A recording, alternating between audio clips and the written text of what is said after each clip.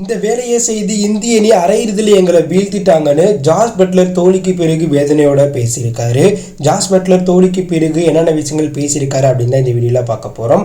நடந்து முடிஞ்ச இந்திய விசஸ் இங்கிலாந்து இவங்க ரெண்டு பேருக்கும் இடையான செமிஃபைனல் 2 மேட்ச்சில் டாஸை வெற்றி பெற்று பந்து வீச்சு தேர்வு செய்த இங்கிலாந்து அணிக்கு எதிராக இந்திய அணி 170 ரன் அடித்தாங்க.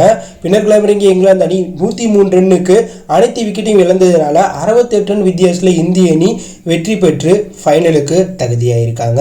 ஸோ இந்திய அணி 29ஆம் தேதி நடக்க போகிற ஃபைனலில் சவுத் ஆப்பிரிக்கா கூட மோத போகிறாங்க. ஸோ இந்த மோசமான தோல்விக்கு பிறகு பேசிய ஜாஸ் பட்லர், இந்த போட்டியில் இந்திய அணி எங்களை விட ஒட்டுமொத்தமாக சிறப்பாக விளையாண்டுருக்காங்க. நாங்கள் இந்திய அணியை 20லேருந்து 25 ரன் கூடுதலாக அடிக்க விட்டுட்டோம்.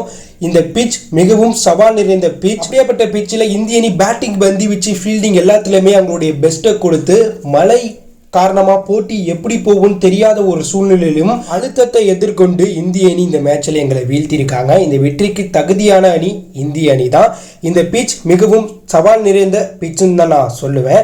போட்டியில் மழை வந்து சூழ்நிலையை மாற்றும் அப்படின்னு நான் எதிர்பார்க்கல. அப்படி எதுவுமே எங்களுக்கு சாதகமாக நடக்கலை. இந்த மேட்சில் டாஸை நாங்கள் ஜெயிச்சிருந்தாலும் அதில் பெரிய மாற்றங்கள் எதுவுமே எங்களுக்கு சாதகமாக நடக்கலை. அதை நினைக்கும் போது கொஞ்சம் வருத்தமாக இருக்குது. இந்திய அணியை சேர்ந்த சுழல்பந்து வீச்சாளர்கள் எங்களை விட சிறப்பாக செயல்பட்டாங்க. எங்கள் அணியை சேர்ந்த சுழல்பந்து வீச்சாளர் ஆதில் ரஷீத், லியான் லிவிங்ஸ்டன் சிறப்பாக செயல்பட்டாங்க. நான் மொயின் அலியை கூடுதலாக பயன்படுத்தி இருக்கணும், நான் பயன்படுத்தலை. ஸோ இந்திய அணி நாங்கள் நினச்சதை விட அதிக ஸ்கோர் எடுத்து மிக சிறந்த முறையில் எங்களுக்கு எதிராக பந்து வீசி எங்களை இந்திய அணி வீழ்த்தியிருக்காங்க.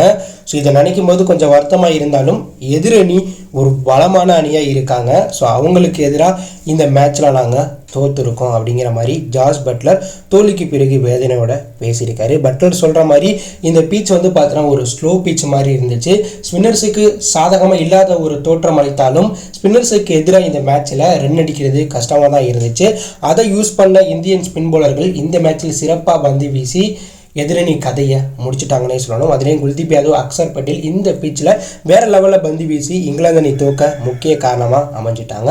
ஸோ இந்திய அணி சனிக்கிழமை சவுத் ஆப்பிரிக்காவுக்கு எதிராக ஓவல் மைதானத்தில் ஃபைனல் மேட்ச்சில் விளையாட போகிறாங்க. ஸோ சவுத் ஆப்பிரிக்காவும் இந்தியாவும் இந்த வேர்ல்டு கப்பில் ஒரு போட்டி கூட தோக்காமல் ஃபைனல் போயிருக்காங்க. ஸோ இதனால் இந்த ஃபைனல் போட்டிக்கான எதிர்பார்ப்பு எகிரி இருக்குது.